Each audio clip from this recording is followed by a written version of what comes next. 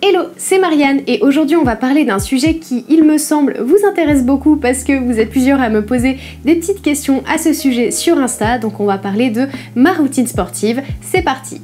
On va commencer par parler de mon expérience sportive de manière un peu plus générale, donc c'est-à-dire retracer un petit peu ce que j'ai fait comme sport depuis toute petite jusqu'à aujourd'hui. Le premier sport que j'ai pratiqué quand j'étais toute petite, c'est l'équitation. Alors j'étais pas inscrite dans un club, mais mes parents avaient une jument à l'époque et après aussi ils ont adopté une ânesse et du coup je montais à dos de cette jument accompagnée de mes parents bien sûr et après à dos d'ânesse également. Et par la suite j'ai fini par m'inscrire en club et commencer à prendre vraiment des cours d'équitation. Moi je suis plus éthologie, balade et dressage et le problème que je trouve qu'il y a dans les centres équestres, on n'a pas le temps de créer une relation avec un même animal sans avoir à payer une blinde pour avoir une demi-pension en club. Pour refermer cette parenthèse équitation, évidemment je me pose aussi de plus en plus de questions quant au bien-être de l'animal, les conditions aussi de travail des chevaux de club, c'est quand même assez intense.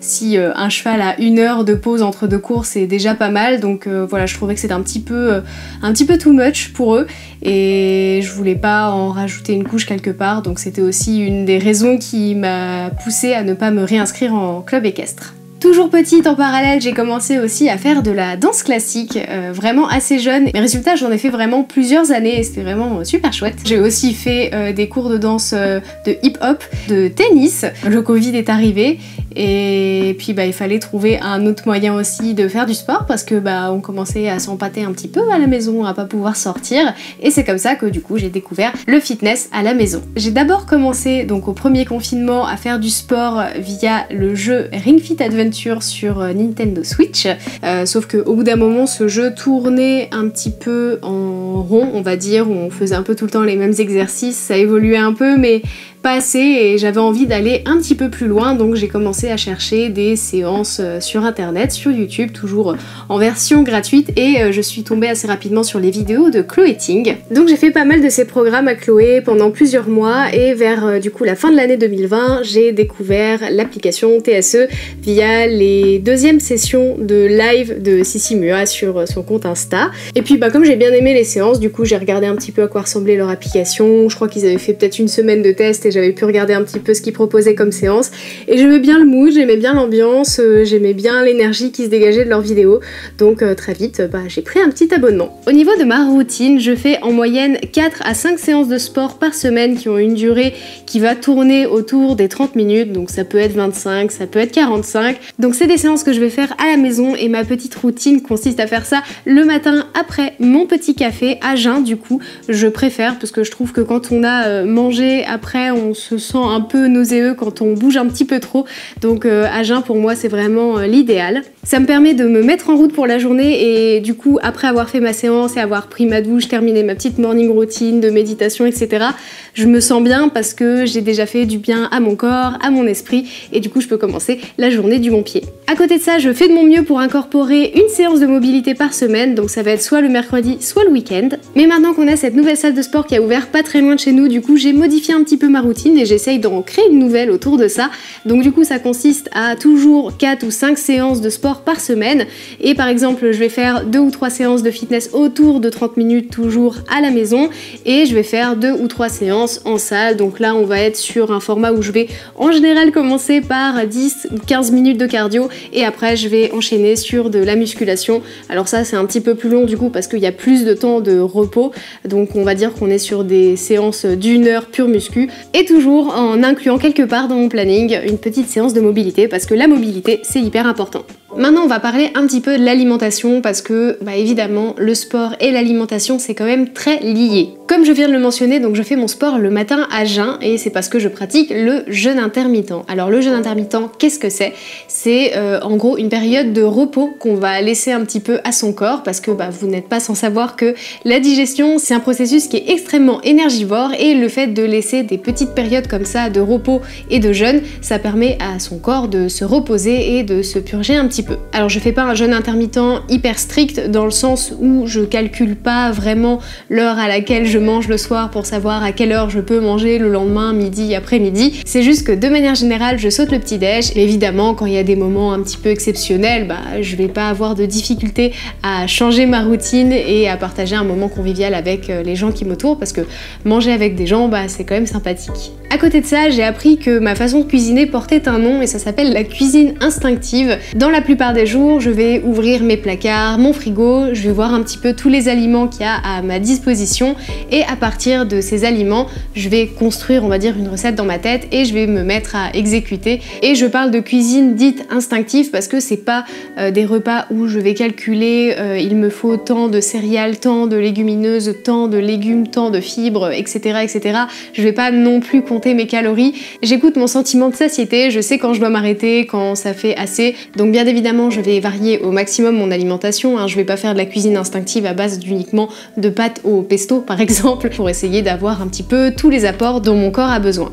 Donc je fais 2 repas par jour, un déjeuner et un dîner, et si jamais il y a une petite faim qui se cale entre les deux, on va peut-être faire un petit snack, une petite collation autour de 16h30. Ça peut être un snack salé, ça peut être un snack sucré, ça peut être un smoothie, ça dépend vraiment de ce qu'on a dans nos placards. Au niveau de mon mode d'alimentation, je suis végétarienne, donc ce qui veut dire que je ne consomme pas de chair animale, donc pas de viande, pas de poisson, pas de fruits de mer, etc. On va parler aussi des compléments alimentaires qui sont juste là, que je prends tous les jours.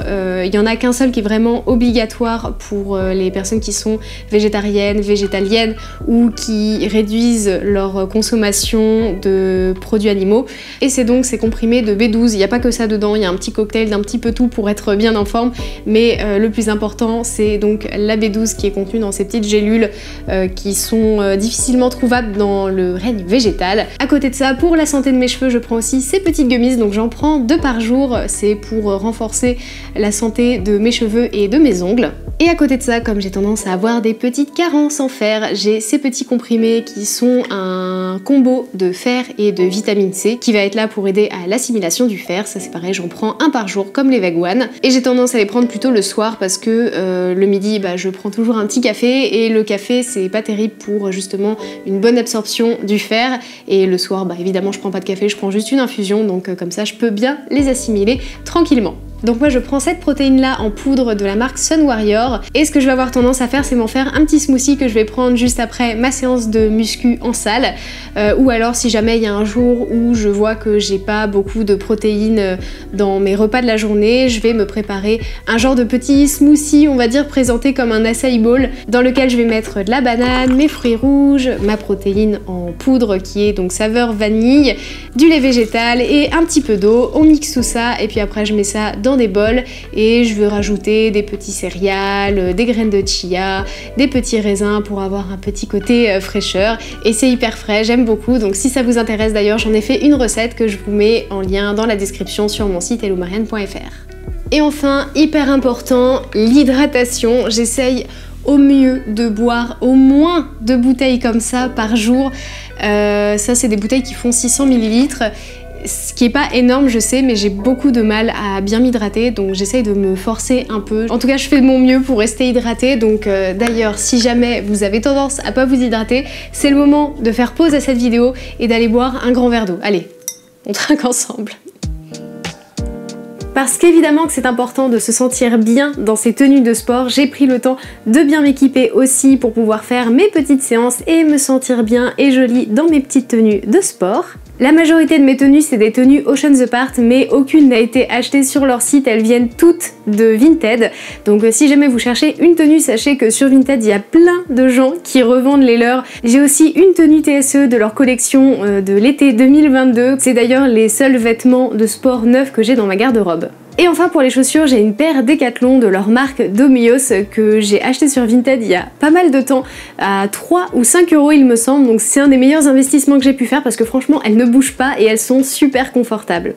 Et au niveau du matériel que j'ai à la maison, je vais vous faire un petit listing parce que quand on fait du sport à la maison, c'est bien d'être un minimum équipé quand on commence à s'y mettre un peu sérieusement, mais on n'a pas non plus envie de s'encombrer de trop de matos.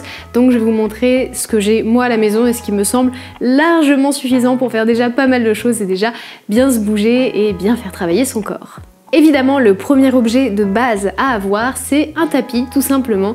Donc le mien, je crois qu'il doit venir de chez Decathlon. À côté de ça, j'ai aussi un set d'haltères de 1 kg, 3 kg et 5 kg, deux kettlebells de 6 kg et 12 kg, des lestes de 500 g et de 1 kg, des grands élastiques qui sont assez multifonctions, je les utilise pas très souvent, mais ils sont vraiment top si jamais justement vous n'avez pas de salle à côté de chez vous pour remplacer par exemple des poids, des charges un peu lourdes. Ça permet de vraiment mettre beaucoup de tension et de faire plus travailler certains muscles que vous pouvez peut-être pas trop travailler d'ordinaire avec des poids assez légers. Des bandes de résistance en tissu, je préfère parce que ça évite que ça roule sur les jambes et que ça ne remonte pendant l'effort. Je trouve que c'est un peu embêtant, donc en tissu c'est bien parce que ça reste en place.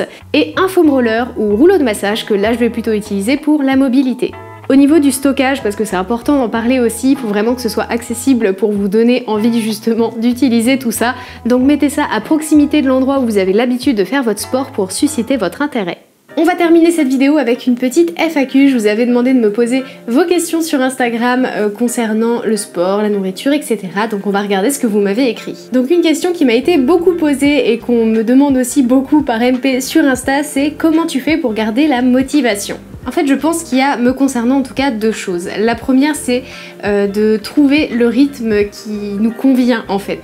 Moi, j'ai commencé à faire du sport, comme je vous l'expliquais, en tout cas fitness à la maison, avec le premier confinement et il se trouve que du coup grâce à ça j'ai pu me créer une petite routine et la peaufiner jusqu'à ce que je trouve un petit peu ma formule magique quelque part. Et vous savez ce qu'on dit sur le fait de créer une nouvelle routine, le plus dur c'est vraiment le début, la mise en place en fait.